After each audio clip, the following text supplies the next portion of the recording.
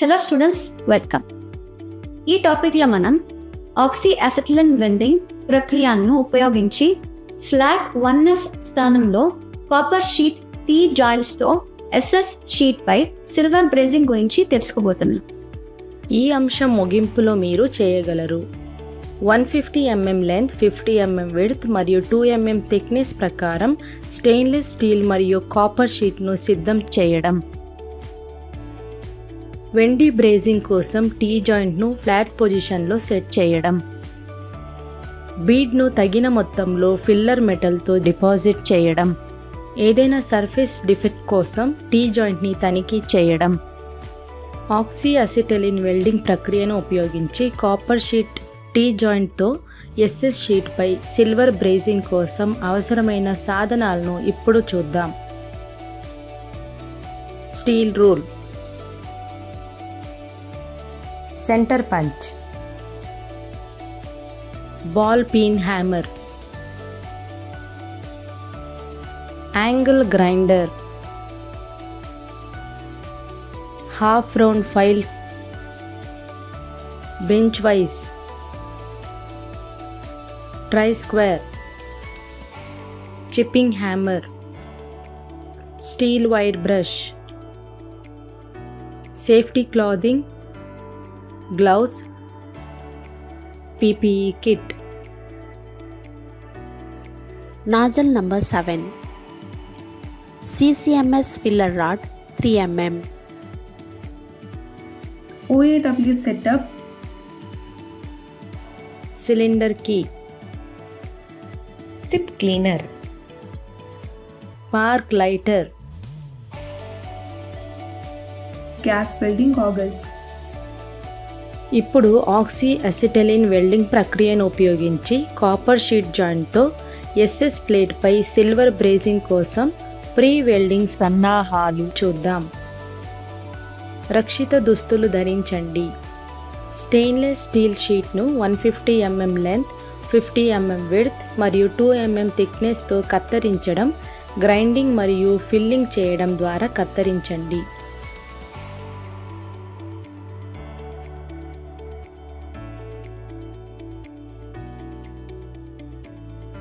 Sharing, grinding మరియు filing ఉపయోగించి copper sheet 150 mm length, 50 mm width, 2 mm థిక్నెస్తో కత్తిరించండి.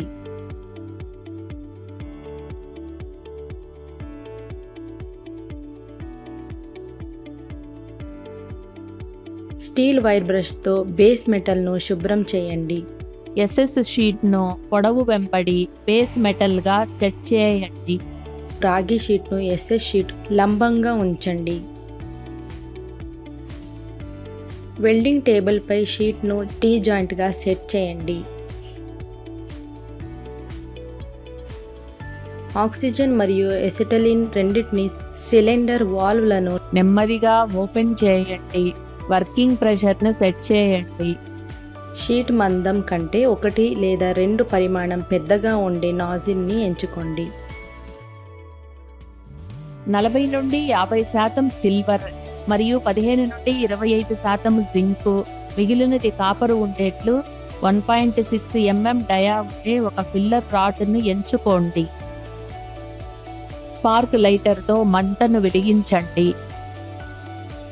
కొద్దిగా ఆక్సీకరణ మంటను సెట్ చేయండి.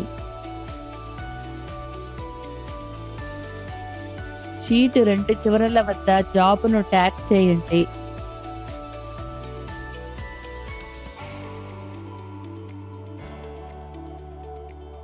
మేము ఆక్సీ అసిటిలిన్ వెల్డింగ్ ప్రక్రియను ఉపయోగించి రాగి షీట్ టీ జాయింట్ 1Fతో SS షీట్పై సిల్వర్ బ్రేజింగ్ కోసం వెల్డింగ్ ప్రక్రియను పరిశీలిద్దాం.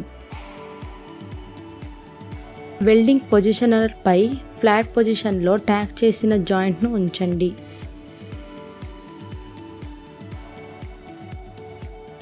ట్యాక్ వెల్డ్ను కలుపుతూ జాయింట్ యొక్క కుడి చివర నుండి బ్రేజింగ్ చేయడం ప్రారంభించండి. బ్లో పైప్ను ఎడమ వైపుకి 60 డిగ్రీ నుండి 70 డిగ్రీ కోణంలో మరియు ఫిల్లర్ రాడ్ను ట్రావెల్ లైన్కు 30 నుండి 40 డిగ్రీల కోణంలో ఉంచండి. బ్లో పైపు మరియు ఫిల్లర్ రాడ్లను జాయింట్కు రెండు వైపుల మధ్య 45 degrees కోణంలో పట్టుకోవాలి. ఇది రూట్ పెనిట్రేషన్ను నిర్ధారిస్తుంది. సిల్వర్ బ్రేజింగ్ మిశ్రమాన్ని జాయింట్కు అప్లై చేయండి. అది జాయింట్ లోపలికి సమానంగా ప్రవహించేట్లు నిర్ధారించండి. బ్రేజింగ్ ద్వారా రెండు ముక్కలు కలిసేట్లు కరిగే మెటల్ను జాగ్రత్తగా గమనించండి. మోల్టన్ పూల్ ఏర్పడినప్పుడు మోల్టన్ పూల్ మధ్యలో పూరక రాడ్ను జోడించండి. బ్లో పైపును చిన్నగా అటు ఇటు కదిలిస్తూ ఉండండి. ఫిల్లర్ రాడ్కు పిస్టన్ వంటి కదలికను వర్తించండి. రూటు వద్ద రెండు షీట్లలోనికి సమంగా నిశ్చయమైన పెనిట్రేషన్ ఉండేట్లు బ్లో పైపు మరియు ఫిల్లర్ రాడ్ల ట్రావెల్ రేట్ను సరిచేయండి. అలా చేయడం వలన సమాన నెక్ లెంగ్త్తో ఒక ఫిల్లెట్ వెల్డ్ను తయారు చేస్తుంది. స్టీల్ వైర్ బ్రష్తో బీడ్ను శుభ్రం చేయండి. ఏదైనా ఉపరితల లోపాల కోసం వెల్డును తనిఖీ చేయండి.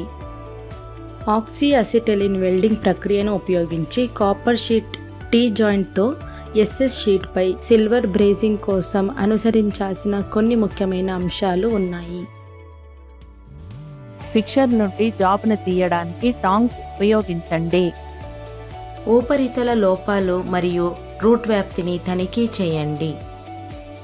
ఇప్పుడు మనం లోపాలను చూద్దాం. Uniform weld size,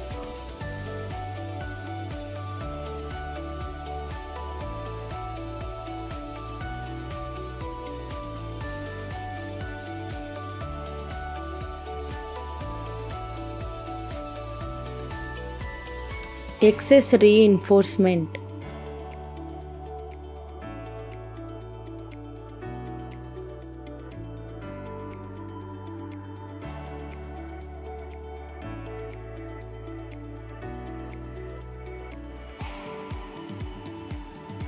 leg length,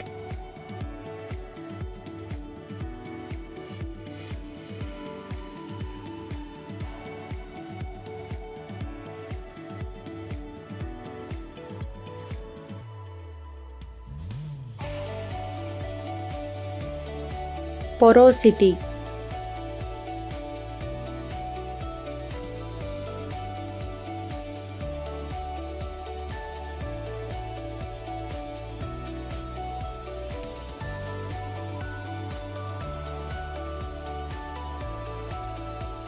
blowholes,